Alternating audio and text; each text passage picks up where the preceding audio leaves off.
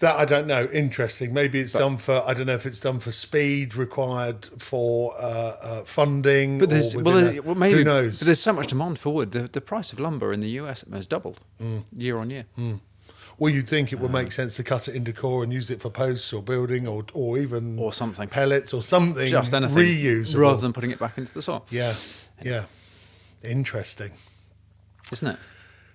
Good morning. Good morning to you. How are you? Geoff Wickett at Chiltern Venison. Welcome to our little podcast. Finally, we've got you here, which is brilliant. Really exciting. Thank you for having me. That's a pleasure. Coffee all right? Coffee's lovely. Flapjack's okay? Tease. 2 kilos of Easter timber to lose. I'm loving the gilet. Nice branding. How did that come about? Thank you. This was a present from Mrs. Wickett. Yeah. And the idea is more visible presence on the market. Yeah. Stall, really. Yeah. Henley and Marlow farmers markets. It's nippy when you stand out there for a few hours. In fact, it doesn't really get seen very much because it's generally under several other layers. I had someone poke their head in the door the other day, and they saw the bags and slips on the the show Yes. stand, which is not ours, but They're lovely. poked their head and went, "Oh, you're selling merch now?" And I thought, "Oh, merch, is this a new term?" please. Obviously, a shortening for. But so, are you out. starting some merch, or is it? One thing at a time. So, Chiltern Venison. I know you. I think I'm right in saying you started this just over a year ago.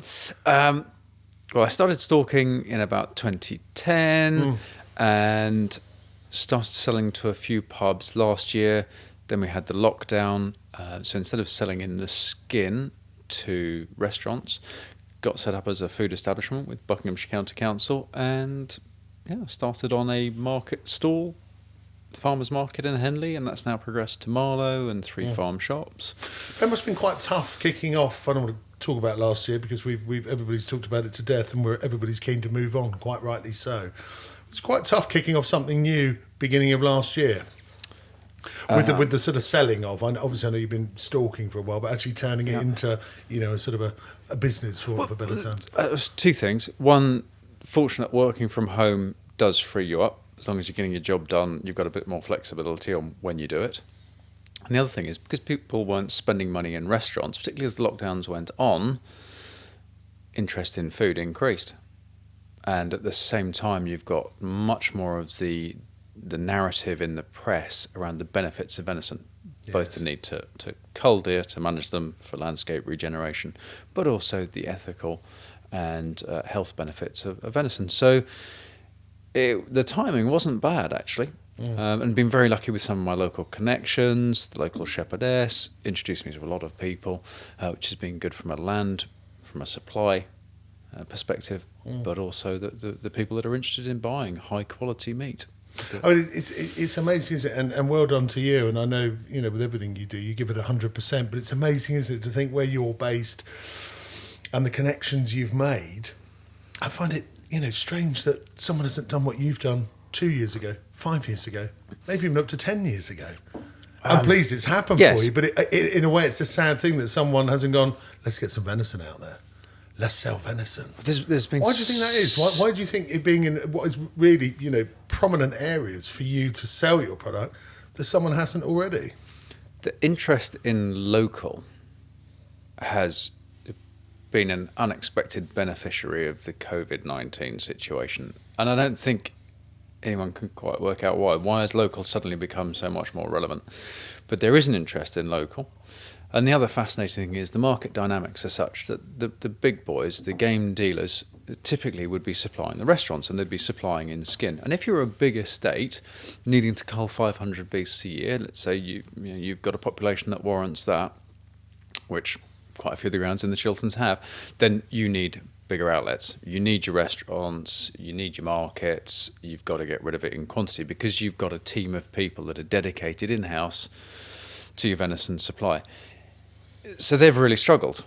They've had to lay staff off, they've had to close down because either the demand isn't there and some of the game dealers have stopped taking venison altogether, or in the best case, you're losing money every time you pull the trigger. If you can only get £35 a carcass, that's tough. So I would have imagined last year that game dealers were unable to get rid of stuff, that they would just run to the gunnels. All the game dealers around us stopped taking fallow around January time. I mean, what did they Something do with that innocent. excess meat? Does it get turned into dog frozen. food? Or? Oh, A lot of it is frozen, so we're Yeah. going to have so this problem isn't going to go away next year. In that there's still going to be a glut of inexpensive meat. As the restaurants reopen, there will be a glut of inexpensive venison, which is going to have a knock-on effect for this season's deer management plans.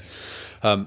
But so I think you asked why this year? Why hasn't anyone done it before? There's a number of hurdles you've got to go through, which can look intimidating from the outside. Actually, they're not that bad if you've got a good HACCP plan and you've got the right connections to help you with the planning. From the food safety piece, there's getting your regular supply into the shops. The shops want to know it's going to be consistent. They want to know about your quality. You've got to be personable. There are a number of perceived barriers to entry, and I think it was just a happy coincidence that a lot of things came together. They recognised that they wanted to do more locally. The big boys weren't filling that for good reason. Lucky me. I was going to say, I mean, you are, and one of the reasons you're here, apart from the fact we know you, I know that you are a stickler for detail, that everything is absolutely 100%, and anything you do, you indeed give 100%, and that much I do know of you. Do you think that's then one of the reasons, and with no disrespect to anybody else, in fact, I put me in the other bracket, there are people that are very proficient, stalkers, love the countryside, and all the the rest of those wonders that go with, but actually to do what you're doing, bluntly, there's quite a bit of business savvy required as well for health and safety, for management of accounts, and it's not just about culling, managing deer, and then trying to shift them onto a shelf. And it there's a whole infrastructure required, isn't there? There is, and there's a lot of connections, and I've got a butcher that does the butchery for me, but you've got this whole spectrum, and how vertically integrated do you want to be? So I was having a lovely conversation with the chaps who are down in the Savernake Forest. Well, they're shooting 20 beasts a week, so they need a bigger outlet than I do. So they've moved to venison in a box, home deliveries. What are you shooting at the moment, roughly? This season it's 50. It'll be about 50 beasts, the majority of which are wild fallow. Yeah. It's all wild, but the majority are fallow. Fallow. Some muntjac and the occasional roe, but not many. They're not so much of a challenge for us. So it's all about finding the sweet spot of scale. And of course, for me, this isn't, at the moment at least, this isn't a full-time occupation. So 50 beasts in a season, I can push that through 3 farm shops, 2 markets a month, quite comfortably. A few local customers that will come direct to me. If, however, you only want to supply in the skin, because that's very much easier in terms of the legislation, then you're looking for pubs and restaurants. And so that's been a deterrent for many people who simply don't want to get involved in the rest of it. The skinning, the certification of your establishment, HACCP. Yeah. They see more risk and hassle, and it's not worth it for them. Yeah. So what was the sort of changing point for you from, and why, turning what was in effect, I'd not say a hobby. Stalking's not so much a hobby. It is a passion commitment. for me. It's a passion and a commitment. A hobby is something for fun that you don't necessarily have to take seriously. I do know every time you get with a firearm, it's serious. But what was the change for you from learning the art of stalking to then, and why, turning it into a business? And you just said that currently it is for want of a better term, a sideline to the day job. Would you also want to develop that business into becoming the day job? There's a 2-in-1. Okay. So I know my attention span, I'll forget half, so you have to repeat that question again. The changing point was, there's the old adage that it takes a lifetime to build a stalking reputation and only a second in attention or a commission or a mission to spoil it. For the last 8 years or so, I've been building a reputation in the area. I've now picked up enough land that I need access to markets. You're never going to shoot something unless you're going to do something with it. Put it into the food chain, and so you get to the point where you have to take control of that downstream demand. So that was why. Yes. The change is it does put a little bit more pressure on you. There's certain times when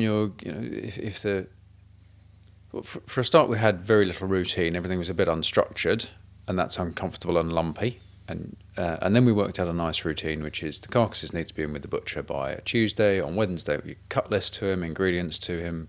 Wednesday he preps it. Wednesday morning collects it. But it formalises things. You have to get into a structure. You have to get into a routine. Yeah. Wednesday evening is the labelling and the identification of what's going where. So it's structure. But if you haven't got a carcass in the larder, ideally a week to 10 days in advance, then you know already that the pressure's on to get out there. Yes. And all it takes is something like the cold snap that we had, that cold winter, the week where we had the snow. All the deer disappeared off my ground, which generally is just that little bit higher. They disappeared into the beech woods where there was shelter, and I couldn't get to them. And so you're out morning and evening, and you just have less discretion about when you choose to go out. So would you want to scale this up to a full-time job? And if so, I mean, how, just mentioning about that pressure of if you miss one, it knocks the timings. How do you go about sort of trying to reduce the risk? So yes, we'd like to scale it up full-time, or the idea the dream would be to have a portfolio career, things to do with the countryside. You and I both love being outside, yes. Dealing with people, making connections. It's just wonderful. There's a richness to it that a straightforward commercial career often lacks. Yes. in my part of the world. Yes. So the challenges there will be, well, I can see a natural scaling because realistically we only traded for half a season this year. Then you've got, if I can get access to other land, to other species, which would give me access to other species, then you've got the summer shooting. In the winter, it's sort of about hearty comfort food. In the summer, it's about the healthier barbecue options. So what cuts are you going to do? One of the challenges that I used to have, which was land, that's becoming less of a problem as more land comes my way. Really? Yeah. More land's becoming available? Yes. How because, so? Well, I think it's an unexpected outcome of COVID, is that you've got the syndicates that are coming from all over the UK, but it only makes it worth their while if they can come for several days at a time. That means you need chiller facilities. It's only worth their while if they can find an outlet for that game. In lots of cases, you're finding that landowners have been let down this year because long distance stalking leaseholders are not coming down. Yep. Well, let's go back to those estates. It's not on the same scale as those, but if you've got 500 beasts a year that need culling, that implies that you've got a population of running into the many thousands in your valley, each eating 5 kilos. Speaking for fallow, let's call it 5 kilos of cereal crop or woodland a day. It's a lot of damage. Yes. And just because COVID hit the human population, it had no impact on the deer whatsoever. That's right. So you've got a problem. And so... well, I know that was a bit of a head scratcher with, with pigeon shooters during the lockdown. Now, okay, it's not an emergency service, let's be realistic. But we also know, being realistic, that they continue eating. And they eat hundreds and hundreds of tons of, seed, corn, etc., etc. And I know that was a frustration, only being able to shoot within 15 minutes of home. And, I went back and visited some rape crop that was not given as much attention as it should have, maybe. And, and it was in a dire state. Sad fact. Yes. So huge knock-on effects everywhere. Things you wouldn't have expected. A desire for local food and at the same time, increased pest problems. Do you think more people are eating venison now? They are. There's that seems like a silly question. The fact you've just said you're selling everything every bloody week. Well, I there are some weeks when I just can't keep up with demand, and there's a recognition that it's got to be presented in the right way. So we try, whenever we do our mail delivery, we've explored the wool options. That's the route we've gone with the cardboard that you can recycle. I would say we've still got a little way to go yet in that we vacuum pack everything. Yes. Presentation key? Presentation key. Yes, the population is... I'm getting less of the... Oh, that's Bambi. That's good. Yes. That's good. I noticed something in the paper recently. It might have been one of the TV chefs or something who was pictured there. I don't know if it was necessarily related to him, but the fact that deer has now been recognised as a sustainable food source. Yes. And, rather than put this wrongly, but the killing of the unnecessary killing of an animal. Yeah. That the laymen, bless them, are slowly accepting. Yes, they are. Because those that know have always known it. Of course. But then you've got to get that. You've got to get beyond the Disneyification of Bambi as a cute creature. And everyone that works with them knows they're a lovely, gorgeous creature. We all spend a lot of time studying them and admiring them. Yeah. But ultimately, in the wrong place, in the wrong numbers, they're a challenge. Yeah. So yes, I think the mood music has changed. There is an increasing awareness, not just in the shooting press, which is preaching to the choir, but in the mainstream broadsheets. You'll see the recipes, you'll see the push towards it. I think the supermarkets in this country, some of them are starting to get there. I think it's Aldi actually that are taking Scottish or English venison exclusively. Is that still with the non-lead though? Oh, let's come on to that separately in a moment. Save that, hold that back. But I am surprised. I have a lot of time for Waitrose. I think they do a lot of things very well. But if you go and shop the Waitrose venison, it's all farmed from New Zealand. Is it That's really? double whammy. 14,315 miles. Wow. Come over on a refrigerated frozen vessel that's belching out the worst sort of pollution that you can get. And two factors at play here. We have a wild deer problem, which is to say we have too many deer in the UK, and we have farmed deer in the UK. New Zealand have farmed deer, but they also have a wild deer problem. Why on earth are we shipping farmed anything anywhere? Well, it will come down to quantity of money, like everything, absolutely. right? Sadly. But and that is one of those things that we've got to square at some point. Well, Because that's the less ethical side to me of eating venison. I remember a gilly in Scotland when once salmon fishing, he related red deer or compared red deer to rabbits down south. Yes, absolutely. Basically, they're everywhere and they're a bit of a pest. Which I found, and yes, because we go up there and we look in awe at the landscape and these iconic everything species. Related. I mean, they are, they're like sort of gods. Yes. But you travel down the glens there, and you'll see 100 looking at you. Yeah, crossing the road in front of you. It's like everything is that you see it every day and you live it, and then you actually really feel it. Yes. Yeah. And I was around near me. I was asked to put up a high seat recently, and I looked over the fence into the neighbour. There were 100 fallow in the field there, wild fallow.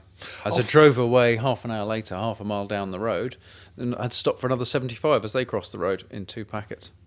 I know deer are not classed as a pest species. I think I'm right in saying that. But are they now at sort of pest proportions? Yes. Yeah? Yes, they are. So you're looking at, depending on the species, you need to cull about 20 to 30% of the population a year just to stand still. Is that happening? Not this year. No. And I would argue it hasn't been happening for a few years. Really?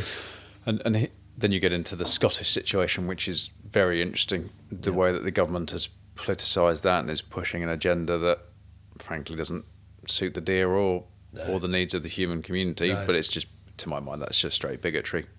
What I read of it. But no, enough deer are not being shot. The growth in the population is all down to the way that we farm now. There's a regular year-round source of food for them somewhere. We've got more forestry going in, which is a great thing, but it's their natural, that's natural cover for them. That's great. And we've got the phenomenal success of the non-native species, the seeker, which are moving all the way up from Dorset. You've got populations up in Scotland and everywhere else. You've got muntjac. We're getting a tremendous migration wouldn't be quite the right word, but expansion of the range of the Chinese water deer. Are muntjac growing in proportion more so than the other species due to the fact of their irregular breeding pattern? And their silly, size. But as they all get more and more, are they growing even more so because of? I believe, and I don't recall correctly, but I think that they've shown the biggest expansion of range because, as you say, they breed all year round and they're small. Yes. And they can fit in your garden. And they're really difficult to control. Right up there, fallow are very difficult to control, but muntjac are difficult to present their own challenges because they're so small, because they can live in a garden. They're very difficult to shoot. I regularly get people coming to the store saying, "Can you come and sort a muntjac out of my garden?" Is that deer going to be there all the time? No. I could turn up there 6, 7, 8 times and never see that muntjac. And if I do see it, it's in a garden. Am I going to get safe arcs on it? So I'm very constrained by it. So, yes, muntjac are a challenge, and they're expanding, and their numbers. Do you go over the slugs in a shotgun for something like that if you had to do something like that in a unique situation? The law would say that you can use a AAA Yeah. on that. Yeah. Okay. But that's not really it's not my preference. No. Simply because... I'm just trying to pack in information for anybody who's listening. Those silly. I have my little saying. There's no such thing as a silly question, And I did hear someone muttering about a slug or SSG or something, and I was just curious to know. Yes, you can use in a unique, rare situation. A AAA shotgun cartridges you wouldn't need a special dispensation for, but a Brennecker slug is a Section 1, so you'd need to have that separately recorded on your ticket. Yes. Yeah. And show good reason for it. Do you, when selling, and I know you say largely fallow with the odd other species sometimes, is there a flavour difference between them? There's certainly a colour difference, and... Which one would assume would add to flavour? Yes. Yeah, so a lot of this... So personally, for me, I love working with fallow. They're a nice size. I've herniated enough discs in my back that I'm very happy to work with something that weighs in. And our Chiltern fallow are smaller than the Sussex fallow. Yeah. So I was going to say, so I don't see them as being necessarily small. No. I look at some of the ones in Sussex. I mean, they're Well, it's partly the park genetics there, but the big bucks are always going to weigh a fair amount. But you asked about flavour. Muntjac, slightly lighter colour than the fallow. Fallow, meanwhile, has a nice level of fat to it. As much as any of the deer have any fat to them, the fallow will. They're a nice size to work with. If you're a chef, they're a nice size as well. Plenty of usable meat. And in terms of the economics of me getting them butchered, it just makes good sense. If it's a muntjac, I do it myself because it's not worth the butcher getting out of bed for. Yeah. There's certainly, I shot one the other day. I had two side by side. One was 24 pounds and one weighed 11 pounds. Well, the yield's about 66% on a good day. That's quite challenging economics. Some will tell you that one of the difference is the grazing. So fallow, broad noses, they're generally grazers, that they will browse. The roe deer are narrower, more pointed jaw to enable them to get into the herbage on the hedgerows. Interesting. Some people say they have that comes through on the grazing. Feeding habits. Yeah, yes. Yeah. Personally, I notice it not so much. But the texture little difference is there. And the big difference is really, and this is one of the things that has changed, is I won't hang my venison for more than about 10 days. No. And it can be as little as 3 days. And part of it is how alert was the beast? Was it scared? Had you just shot one next to it, in which case the adrenaline is flushed through it? The more alert and alarmed it is, the longer you're going to want to hang it. The smaller beasts, less time hanging. The larger beasts, longer time. But I think for years, there was this braggadocio, machismo that we hang our game for 28 days, right up there with pheasant and stuff. Well, no, thanks very much. Personally, I couldn't find anything more off-putting. Some maggot-riddled bird, I mean, that's... And you and I have both shot with somebody whose claim to fame is that he loves that kind of thing. That's right, yeah. I wouldn't even give that to the bloody dogs. No, I've seen your dogs and they'd say no anyway. But just a quick disclaimer here for anybody who's listening, staying on a seasonal edge. I'm riddled with hay fever at the moment, so just in case there's a heavy breathing... I'm sorry, I'm really bunged up. Right. So two things. Excuse me. One, if people have had the stags or the bucks out of the rutting season, then they'll find those are very strong. Musky, because basically they're run at that point. In the same way that we talk about salmon being run, these are animals that have gone into ketosis. That is to say that during the rut, they're so busy chasing off competitive bucks or stags that they just don't eat. Their stomach shrink, they burn through all their fat. And the adrenaline's pumping. And they've been rolling in their own urine and everything else, and they stink when you get close to them, and some of that is in the flesh. So I don't shoot. Well, two things. One, I don't shoot bucks because... Sorry, is that a typical night out in the Chilterns on a Friday, or are you talking about the deer? let's stick to the deer. I won't shoot bucks simply because the Chilterns is fairly close to London, and I think that's had a significant effect on the population, which is to say that in an ideal world, you're looking for what is known as a Hoff pyramid in a deer structure, right? So you're looking for fewer older beasts, more younger beasts. So let's imagine it as a triangle with the age bands by year down here. And you want, ideally, a split down the middle, Okay. male and female, equal numbers either side. That's how you avoid a genetic bottleneck. Now, the herds that I see that I'm starting to pick up in the Chilterns, I reckon the ratio is nearer 7 does to 1 buck. That's not a good thing. It's partly a function of the fact that we've got the buck season on the fallow runs from August through to the end of April, which gives you longer days to get out of there, better weather, and the bucks can be more visible. And bucks includes prickets, so that's the youngsters as well. But the does don't come in until November because they're not dropping their young until June, July. You want the young to be more independent or independent by the time you get shooting them in November, and then they go out at the end of March.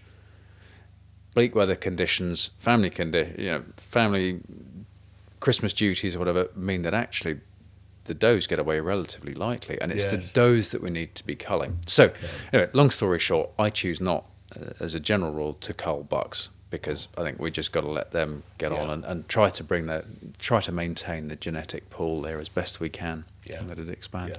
Yeah. I read somewhere once that you suggested when cooking venison.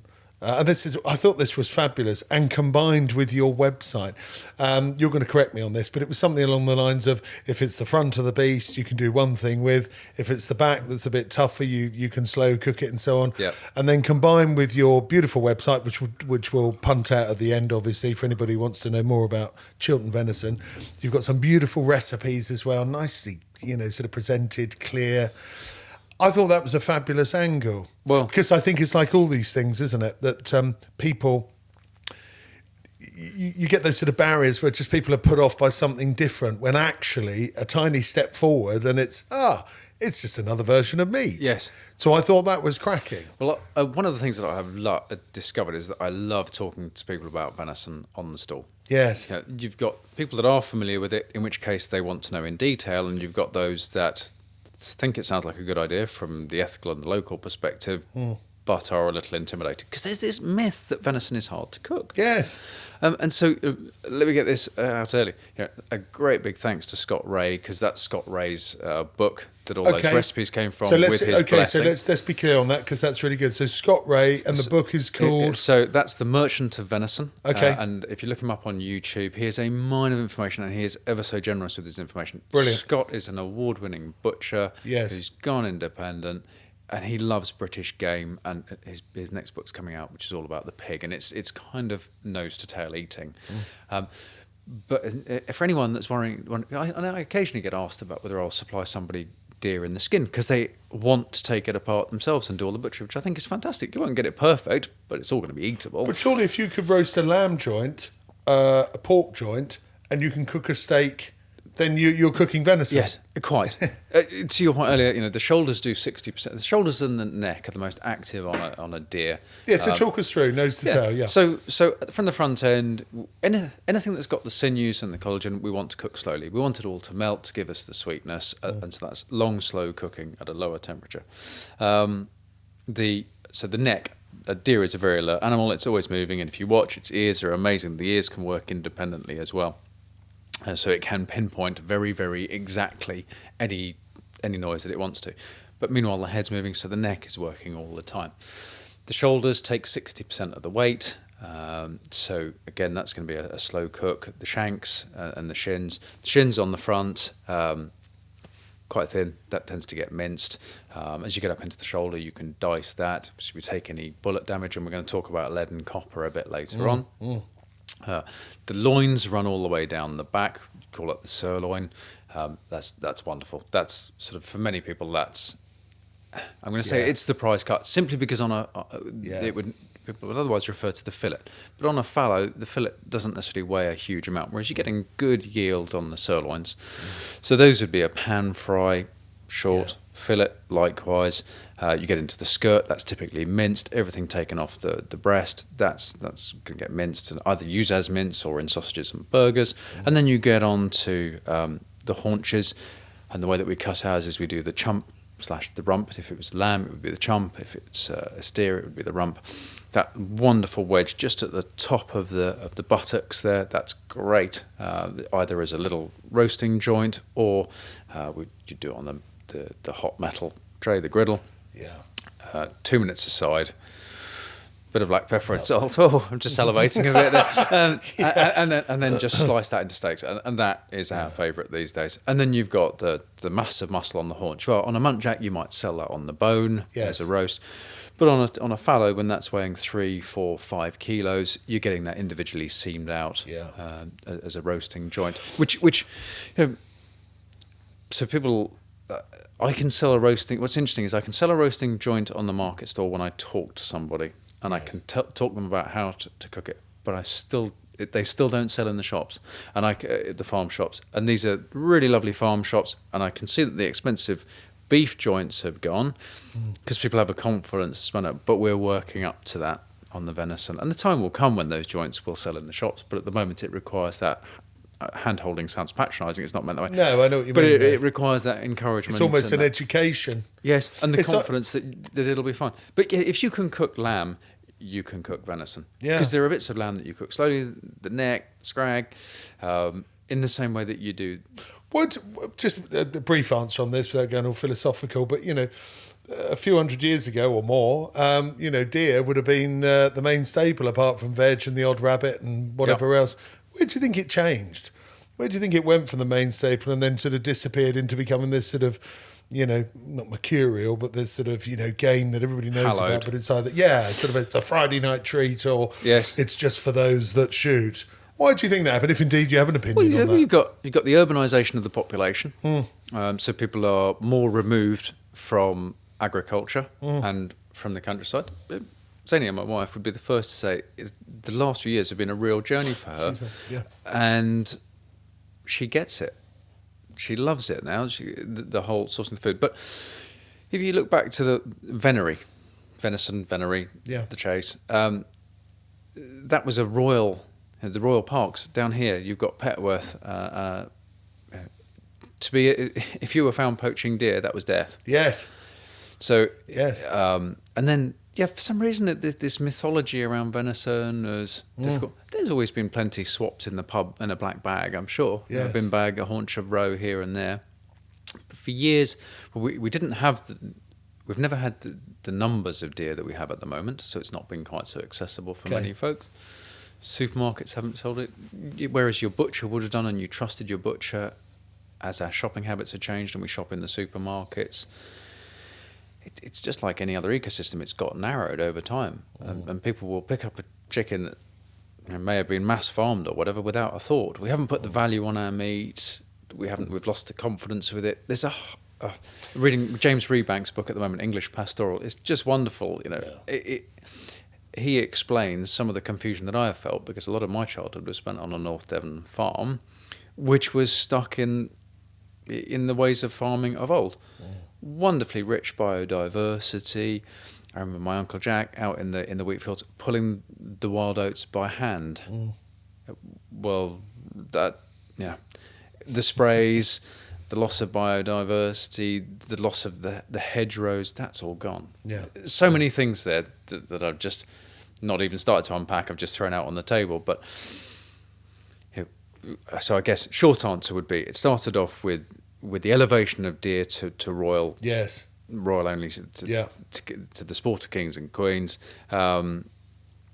Then changing shopping habits, loss of the rural community, urbanisation. I mean, it's funny as well, isn't it? I think back to, and I might have said a similar thing when we had Philippa, the chef, on a few weeks ago, and obviously talking about food. And, I remember the 70s, that sort of grey liver. When you had liver, grey, very strong. And the funny thing is, I've got a couple on the markets. There's a couple of Scandinavian ladies, Danish and Swedish, that will come and ask specifically for the liver. But I have yet to be asked for it by a Brit. The liver, the first time, and I'm not just saying this to sound convenient, this is fact. The first time I had roe liver, or liver from a deer, so it happened to be from a roe. And it's huge. And you can almost cut it in. I mean, You I can. like my food. Yes. And you think, oh, a piece of liver, and then you look at it and then you cook it. You get a third of the way and you think, no, I'm done. It's pure You very protein. quickly Yeah, learn that a yeah. liver actually feeds 4. Yes. You know, Yes, it and does. heartily. And have you had it yet with a puffball mushroom? No, but I've had Wonderful. it pan fried with butter, salt and pepper, and some other wondrous bits around it. But it was stunning. Yes. The flavour is stunning. And you can gravy and onion it, or you can keep it simple and salad, or, obviously all those variants. But the flavour is stunning. And I can't see how anybody wouldn't like that. No, and I think we will get there. And the I mean, look how kidneys. we've lit up. I love the Yeah. kidneys, yeah. And even the heart thinly sliced. I mean... Do you know, I here's know the that's- weird thing. I believe in using every bit of the beast. And, Yes. and you saw Artemis, our spaniel, earlier. And That's what lovely probably coach where she's I got. finish, but... She gets everything, but I won't. I can't bring myself to do the heart. She'll get fed that and the lights, everything. Nothing goes to waste at all. That, and I'll even feed her the brain, but I can't bring myself to eat the heart. And I have no idea why. It's Funny. One it of those doesn't make little any things. sense. But Yeah. but to your point, the liver, right? So on a farmed animal, what has the liver had to do? Well, the animal has often been stressed because a lot of farm animals are brought up indoors now. They don't actually get out. So you've got stress, you've got proximity, which for animals is stressful. You've got the antibiotics, you've got the steroids, not in the UK, but you've got steroids in other parts of the world. Well, the liver and the kidneys are responsible for processing all that.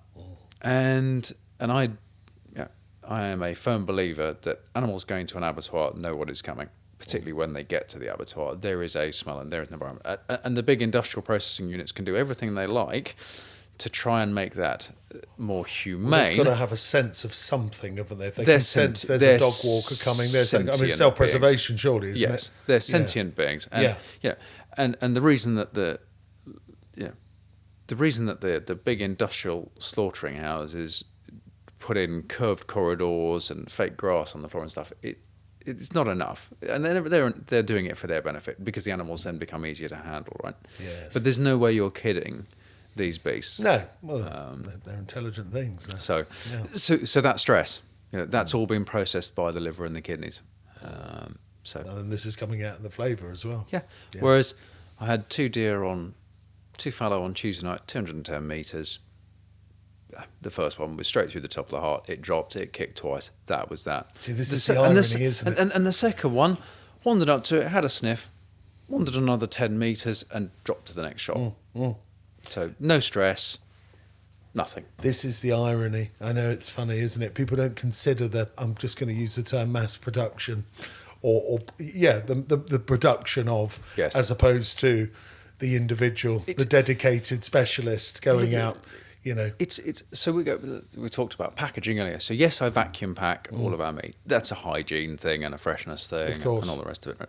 And at the moment, I have a polystyrene tray in there which helps to soak up some of the blood and helps everything to stack on Are the you shelf. looking for some form of biodegradable Yes. packaging over? Yeah. And I have spoken with some of the suppliers, but no one has spoken to you yet that said that they've seen anything that is good enough. Okay. As yet. We'll get there. But you're on it. That's my earnest hope. Yeah. And we put a blood pad in there because early on we didn't, and you would see the blood, the vacuum pack would force the blood up. But for some people that is too much. Yes. If you spoke to my father who grew up on a farm, Yes. he doesn't care. And all right, there's an advantage to get rid of the blood. It's the first thing to go off, so it helps with the sure. freshness. But speaking with the farm shop owners, and even they said, well, it's just what you've got to do. We get it, but the consumer doesn't want to see it. And that to me is a loss of respect for the animal. The day you try to distance too much from the fact that an animal died for you to have your dinner. Yes. And I'm not advocating going vegetarian, clearly, or I wouldn't be doing what I do. But I do have a lot of my best conversations with vegetarians. Very interesting because a number of them that are vegetarian for ethical. In fact, a bit of a segue. I was out dog walking the other day. I got talking to a chap who I see occasionally. He said, "You know what? I've been a vegetarian for 5 years," and then we walked down to my freezer, and he bought some venison sirloin steaks. I said that was great. Really? It's a nice, easy meat. He could digest it really You easily. tried it? Yeah, because it. Big reason And that for was him his for first going. step into being a meat eater. I don't know whether he's going to continue or not, but the thing was, he felt that he could. How fabulous! Because it was ethical and it was humane. And, You see, that's music to my ears. Because this is the thing, isn't it? It's about having an understanding. militant views causes destruction and misery. Yep. To have an understanding. I'm a vegetarian because of duh. All right, I follow such and such a religion because of duh. Doesn't mean you can't do another, and we shouldn't poo-poo you for it unless you're doing something that's utterly wrong or appalling or whatever. That's actually a brilliant story. And I was going to say, you just made the connection there between all the negatives of mass-produced meat versus the specialist, taking. And what would happen? There was just one bit there that I didn't finish, which was when you distance. So that's the sound of my third cup of coffee. I'm going to be bouncing later if we go and shoot some clays. For anybody listening, he was quite particular on a rider. It had to be top coffee, flapjacks, and a warm seat. I think we got 2 out of 3. Yeah, it's getting precious, as you said. Yeah, I expect my high seat to be warm too. Chiltern Venison. So the problem with reliably expensive. Carry on. The problem with distancing ourselves from the animals that we eat is that it leads to a disrespect and a gluttony. If you consciously think about the animals you're eating, you will probably end up eating a bit less meat, but my gosh, you will respect it when you do. And be totally honest with me. What would happen if the deer weren't managed? Oh, well, you can really, but we're not just going to ham this up to say we've got to shoot deer because of X. Let's be really honest. Okay. Just to the layman listening, let's say from tomorrow onwards, no deer in the UK are shot. What would happen in the next 6 to 12 months? Well, let's take an example of that, which is Scotland. There are not enough deer being shot in Scotland. We can all agree on that. The solution we may disagree on, but you've got you used to have the Caledonian forest up there. Well, that cannot regenerate because of deer. They are preventing any regeneration of that woodland because they will simply get in and browse. And for people that say, well, why don't you deer fence it? Well, a deer can jump 6 foot according to the book. I've got people that have got deer fences. The ground that I shoot, they'll tell they've seen fallow clear more than that without being particularly stressed. Most of them I've seen go under the fence. Well, a deer will go under a fence if it can. Yeah. Of course, the bucks can't. No, of course. Once they've got a rack. But yes, and all it takes is you've got to have access into these plantations to work them. So you've got a gate. Where you've got a gate, you've often got ruts. A muntjac can get under a rut, a roe can get under a rut, and a fallow can get under a rut as well. Those wheel ruts under a gate. Mm. Trees come down, snow drifts, banks, all of these things. Banks are high ground, sloping ground. Deer will get in through fencing if they want to, and a badger will open up a hole, and then your deer will push you after that. So even when you fence, as the army would say, it's no good having a barricade and then just walking away from it. You have to man it, and that involves human management and shooting. Because once they're in, they're in, and they've got shelter and food, and that's the 2 things that deer are looking for, and then reproduction at certain times of the year. So the 3 key drivers for them. So woodland wouldn't regenerate. You can see that in the Chilterns. I don't know how it is down here in Sussex, but if you go around the Chilterns, you can see a browse line in the woods, and you can tell what sort of deer you've got because of the height of the browse line. Low down muntjac, next up roe, and by the time you get up to sort of mid-chest height, that's the fallow. And they'll take all the ivy off the trees. Yeah. But your beech trees won't regenerate, so you get that problem. And then from an agricultural perspective, you've got the damaged hedgerows. All right, our hedgerows are already in a pretty parlous state, but fallow will just bulldoze through them, and any saplings that start to grow will be nipped off. But around me, it's not a challenge to see herds of 100 fallow on one side of the road and another 100 on the other side of the road. What about the condition of the beasts? The sort of sort of health and well-being of. It's paradoxically this year I have seen both the lowest and the highest numbers of ticks. Deer numbers, of course. I've seen a climb in ticks this year, especially and I'm relating that to the owning 4 Labradors. Right. Yeah, I have in this last. Even in the cold, there's ticks. Right. More so than ever. And the weight of the beast. So yeah, I do have some patches of ground that are enclosed where I'm asked to manage the deer, and there are excess populations in there, and so the average weight is a good 10 pounds lower than I would expect out where I see them in the crops. But what happens if we've got too many deer? Farmers aren't chuffed, crop prices suffer, damage to the ecosystem. 100 fallow sitting in your wheat field eating 5 kilos a day each. Yeah, that has a significant impact. And then fallow are renowned for lying in the crops, in standing crops, and flattening it. That's probably more of a perception thing than a reality, because combines these days are so capable of lifting even just in grain. However, there was some interesting research done as well, just to add into the mix, that on row grazing in wheat fields, and actually it was interesting because some of the wheat that was browsed and nipped went on to sprout more heads. Really? Ironically. How funny. So it's never quite black and white. No. So. This is what I find interesting, being which you are, a professional stalker, bluntly. The knowledge set is actually way beyond the subject. Yeah. Having this understanding of agriculture and crops and nature and wildlife, and this is what I find so interesting. And I think this is the commitment too, isn't it? Yes. I mean, for anybody. Sounds like a radio show, doesn't it? For anybody listening, but for anybody who is listening, who is interested in, or thought, I'd like to try that, or I'd like to experience that. Is it accessible for the layman? Do you think it's fairly easy? I don't want to say to get into, but for someone to go and I want to find out more. I want to get outside. I want to experience it firsthand. Do you think there's enough of that? And indeed, is it accessible? I think it is accessible. The easy way in is take an outing with a professional guide. Someone will take you out. Simple Google search in your area. Google search, yeah. Are there any sort of bodies that you would... Okay, again, let's think of the layman. They don't know anybody from Adam. Would you tend to look for that information from a recognised body, or would you just Google and assume that anyone you found was of a standard? Interesting.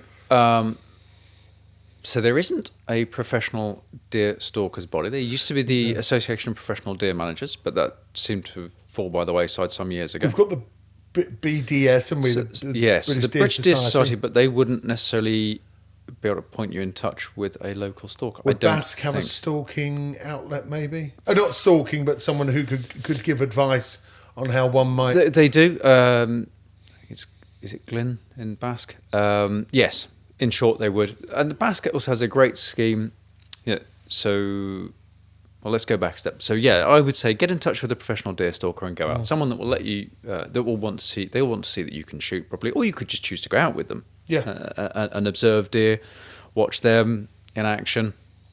Go out with them, build your basics, and then you would start on the training courses, which DSC1, DSC2. That seems quite an interesting course. The first one, it's sort of. It's quite varied. It covers a lot of... Well, yes, to your earlier point, it has to. I mean, for a start, you've got firearms law, you've got wild mammal law, and then you've got land ownership law. Deer are wild. They don't belong to anyone. They belong to whoever's land they drop dead on, effectively, which is why landscape management and control of them is a challenge, particularly for the species that are hefted to an area of land like fallow. So they'll cross boundaries. They don't care that it's one estate next. So get started. DSC1 is the basic qualification, but it'll teach you a lot of things. DSC2, and a lot of what's in these courses is changing at the moment. I'm not totally au fait with all of it. Sure, that's right. That's fine. And then you've got the sort of week-long deer management qualification that would enable you to farm deer if you wanted. Okay, that's interesting. The starting point. But there's no substitute for spending time out in the field as well. No. So that theoretical knowledge, depending on how people learn, everyone learns differently. Theoretical knowledge, and then go and put it into practice. So then move between the two to keep it refreshed, and my bookshelf is full of deer books. I love it. But then one thing that BASS do very well, and there's plenty of things, let's be honest, that I don't think BASS do particularly well. Sure. I think they've failed the shooting community around the issue of lead for a start. Yes. But one thing that they have done for a number of years is they've had a scheme on the Isle of Arran where people can access red deer stalking, hinds and the stags for a week at a time at a fairly affordable price, and I've been up, and I think it was a good scheme. It's a very difficult thing, the lead subject. We won't go massively into that. I know it's current, but that is a discussion all on its own. And actually, even more interesting in your space. But I think it's done. For me, bluntly, it was the mismanagement of information / timing of. Yeah, and I think on reflection, and nothing's black and white, and I don't know huge amounts about this, but if things have been thought about a little more in advance, i.e. the pricing of a product, and more importantly, how does that product work through your gun. Yeah. That was the biggest. Yeah, and also the reverting back to the first point, sort of the throwing out of information by bodies that weren't manufacturers of cartridges and hadn't consulted. A unilateral decision excuse me, made after years of the lead action group, and then just a complete volte-face overnight without consultation of any of the stakeholders, including the people that pay their bills. If you're going to start something new in layman's terms, you're going to work out how much it is, what it's called, what the packaging looks like, maybe a few other USPs. Are we ready? Yeah, right. Let's tell the world and sell some. Well, that's sort of the basic train of thought, isn't it? Yeah. There was just anyway. This was So you know what? But the good news is, I think your world is very different. I think there remain some challenges with steel shot not transferring the energy as well. The good news for us is just give us a 410 cartridge now with steel, get the pricing right, and we're away. Yep. And you've got your standard steel and your high performance steel. I'm now talking about shotguns only. Yes. And then I think 6 months after the change, it'll become history. I'm sure there'll be a bit of noise in the tunnel with details. There always is. And the challenge here is that because it's been managed so badly, there's a lot of ill feeling. Basque will have lost a lot of support on it and need to have a bloody good look at themselves. But again, this is it's in a way, and I don't want to sound all wishy-washy, and I don't fully understand, so I'm being careful about what I say. In a way, it's almost a shame as well to have what I'm going to call an in-house turmoil. Because it's messy. Because it's going to get used against us. We all need to stick together. Cartridges need to be sold to shooters. Shooters need bodies to manage things and put on days. They need shooters to exist. Everybody needs everybody, and to a degree, look after each other. But we need to have a sort of a ring round us.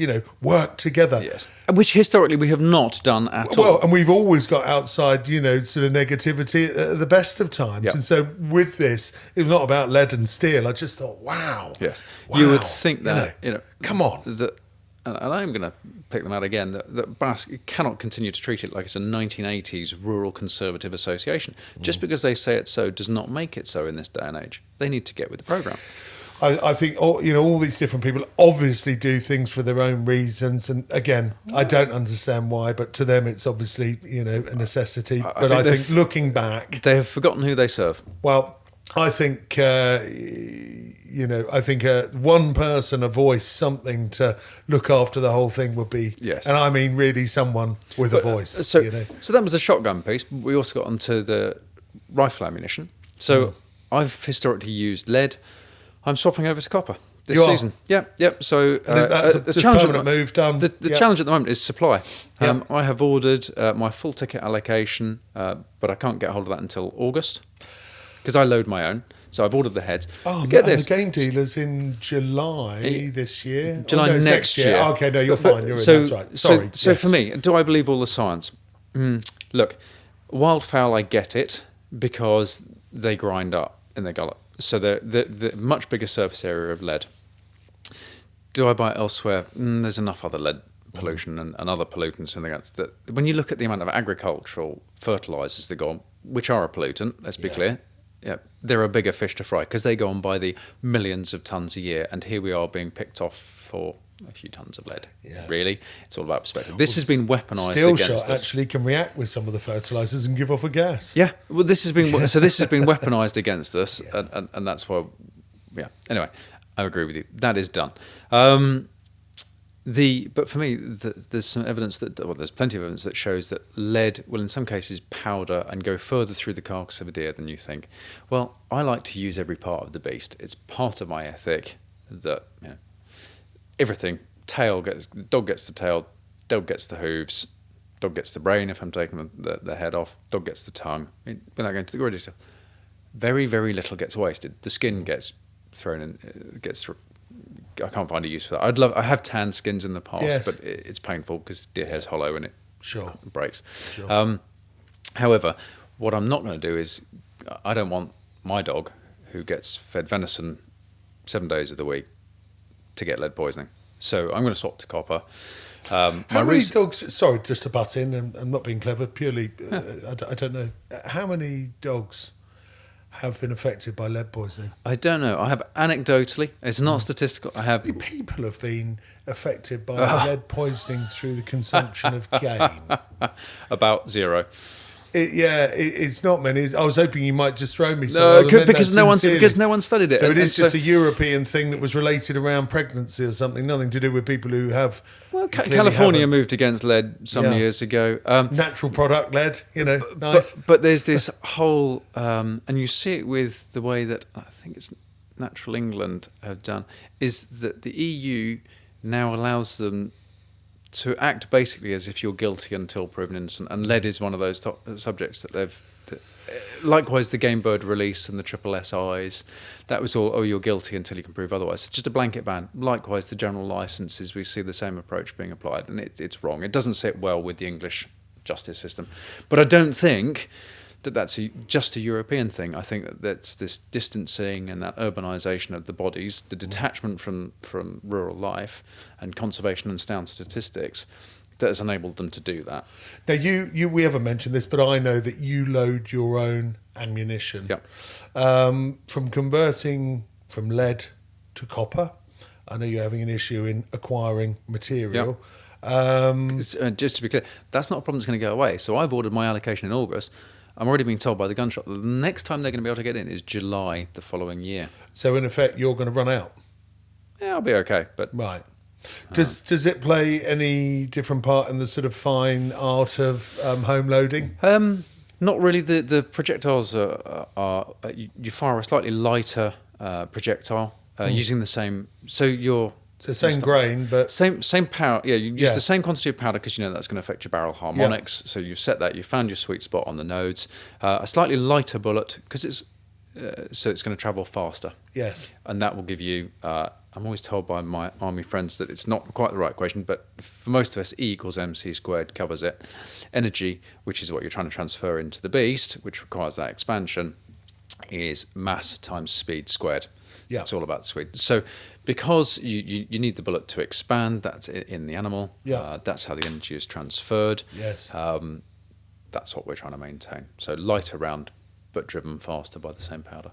Interesting. To deliver the effect. And the copper heads that I'm going to use have, you can buy them as a solid monolith. There's going to be challenges around that because the shooting ranges aren't allowed to use monolithic rounds. No. What do I mean by that? Monolithic is a one piece. Yes. Whereas the deer rounds that we use, special exemption on your license used to be soft head, even in a copper jacket. So the copper jacket is there to enable the bullet to engage with the rifling, to impart that. Yes. The spin that stabilises it. But then the lead tip expands on it on impact and peels the jacket back, which creates a broader wound channel. Yeah. And just That transfers clean kill. that energy. Yeah. So the copper rounds, you've now got to move more to a ballistic tip, which will drive that plastic back in. But the copper, it's going to remain a single piece of copper, unlike the lead or the copper jacketed rounds that will expand. It'll be interesting, but I've seen enough research that says they can work. Do I think we should be having to do it? No, but actually am I happy to go and do it now that I've read some of the stuff on lead and dogs and consumers? Yes. Yeah, I think that's okay. And you've done your ballistic testing, and you've. I have yet to do that because you're I've got the bullets ordered. Yeah. And I'd like to get that all done over the summer, ready for next season. And of course, people like the National NT. Yeah. National Trust Yes. have taken the decision, and I think the Woodland guys, as well, the Forestry Commission, that you've probably got to be on copper now if you're going to take any leases with them. Do you think, education-wise, youngsters, people growing up, do you think we're doing enough to push game generally, or food outside of pork, beef, chicken? Do you think there's enough going on? No, I think there's two aspects to that: education of the young. And we've talked about it on various days in the field, is this whole, the legislation coming in around air rifles. Really? We grew up with air rifles. Yeah. Does that make us into bank robbers and nutters? No. Of course not. And that's essential because it teaches you discipline and teaches you gun handling. Yes. Two different things. And respect for your quarry and fieldcraft. But, crawling in that bit closer. Simon Darling, the days of having to get within 15 yards to have a chance of your BSA meteor actually connecting with a rabbit. That's very kind of you to call me that, but it's actually John Darling, but you can call me Darling. Right, yes, you're right. That was our joke. That was a very Blackadder. So no, we're not doing enough. Look, the problem is fundamentally there's too many humans in the world, right? Yeah. And Malthus was right. Whilst we've averted, we kid ourselves that we've averted a disaster because we continue to to feed this ever-growing population. But we are killing the means of sustaining ourselves, soil degradation, earthworms, all the rest of it. It's all there. We have written our own destruction because we just simply can't keep it in our hands. Yes. You mentioned earlier about, how one would sort of approach if they wanted to get out and go stalking or interested in stalking, time spent, basically, like most things. That then would normally channel towards then doing the DSC1.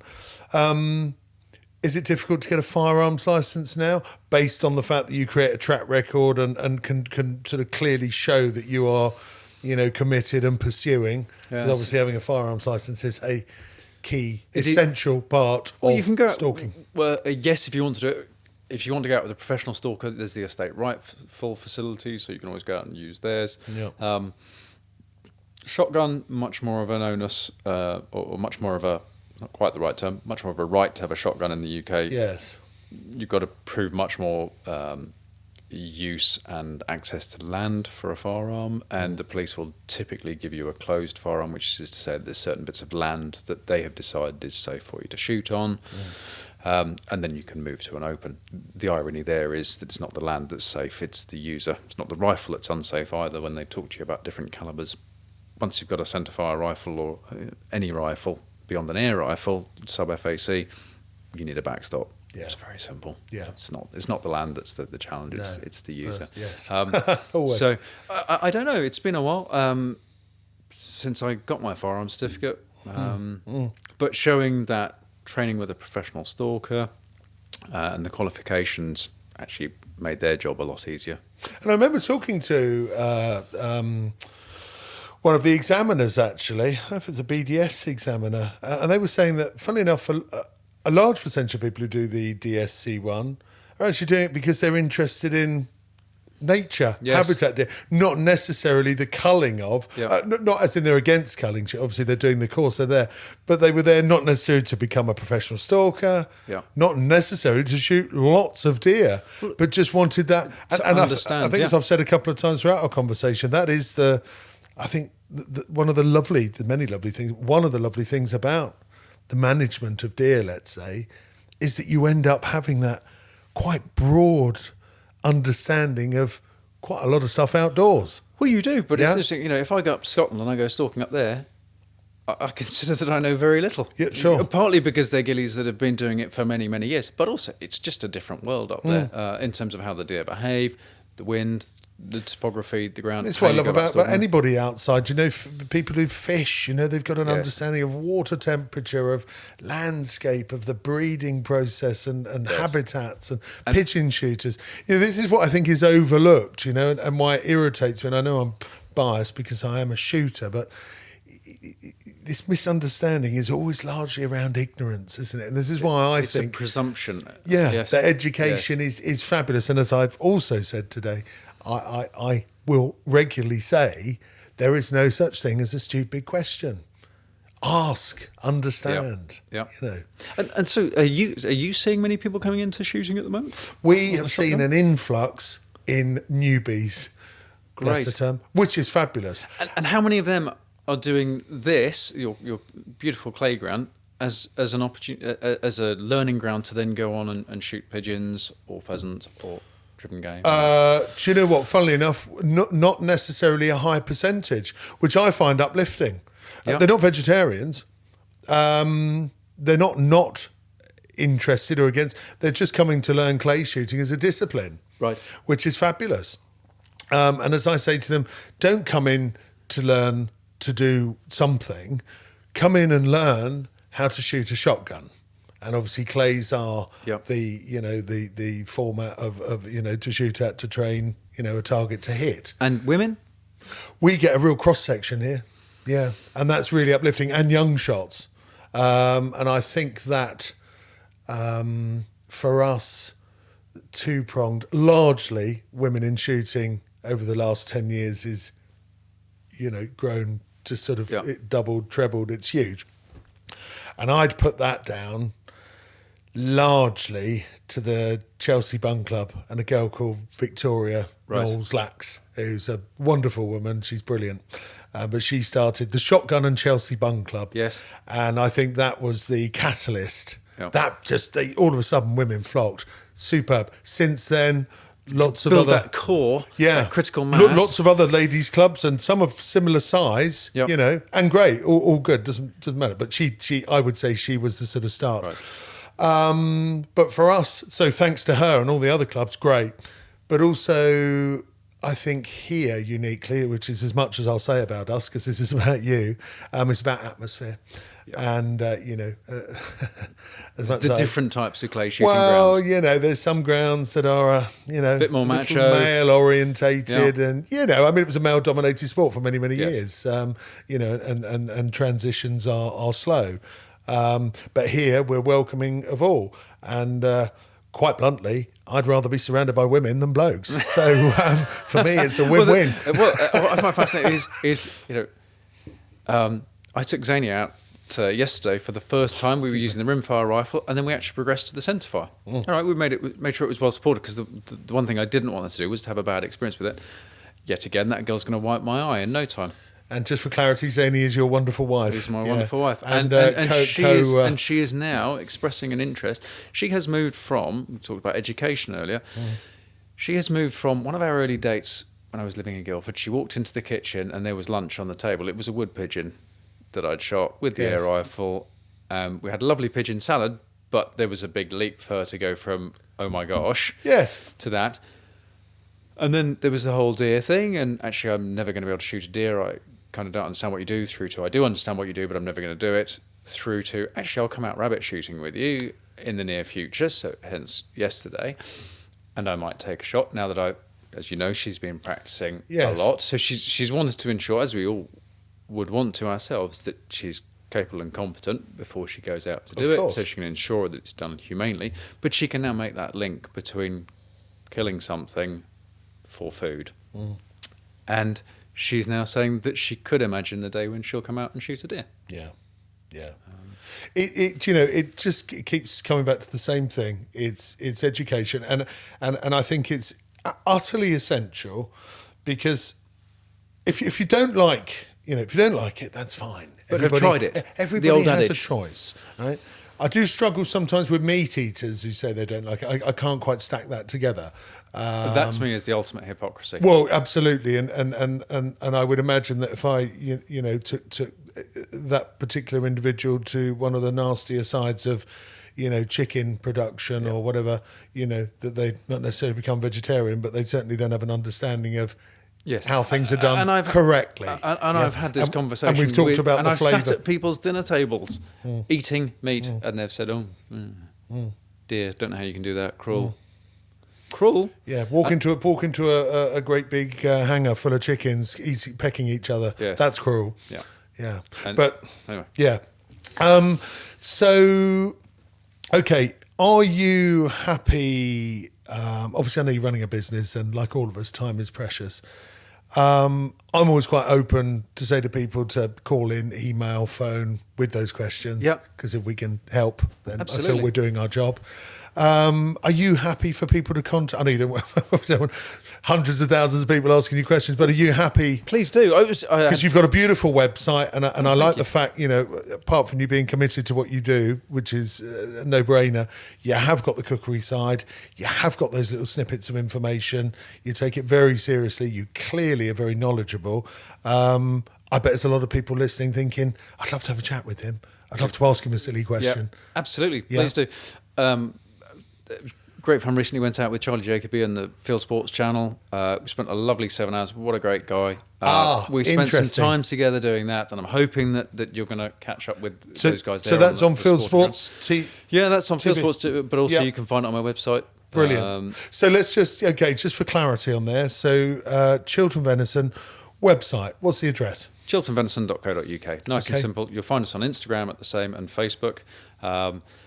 The reason for segueing there into the Charlie Jacoby piece was I gave him a quick tour of the facilities, as minimal as they are on some of the grounds, but also did make the offer on there that if anybody is considering going into local supply in an out-of-skin format, but is a bit worried about the whole HACCP forms, the Hazard Accident Critical Control Point forms, Yeah. and how you go about this, give me a call. I have shared my paperwork, which I like to think is pretty exhaustive. It runs Yeah. to about 30 odd pages. You can tailor it to your own, but the basics are all there. I always say to people, you're very welcome. I've got it there for in skin and out of skin. Just give me a call. Or I ask for a small donation to either the Macmillan Trust or BDS, Lovely. British Deer Society. That's really nice. And I think most people would see that as more than reasonable. And when are you selling the merch? I'll follow your lead on that, big guy. If anybody's listening on, the audio platforms, you won't get this. But for YouTube, Geoff, take a slight turn to the right. There you go. It's That's the my Chiltern smart, Venison. branded. That's it. Yeah, merch coming to a shop near you soon. I think today's been amazing, purely because not only are you a great mate and, as I've said a couple of times, fabulous in your field. I'm hoping that today's conversation largely has been very progressive. Hopefully interesting in its own right, but for progressive for someone who's maybe considering wanting to know a bit more. I think you've broken down some barriers. You put some, clarity into where there's otherwise shade.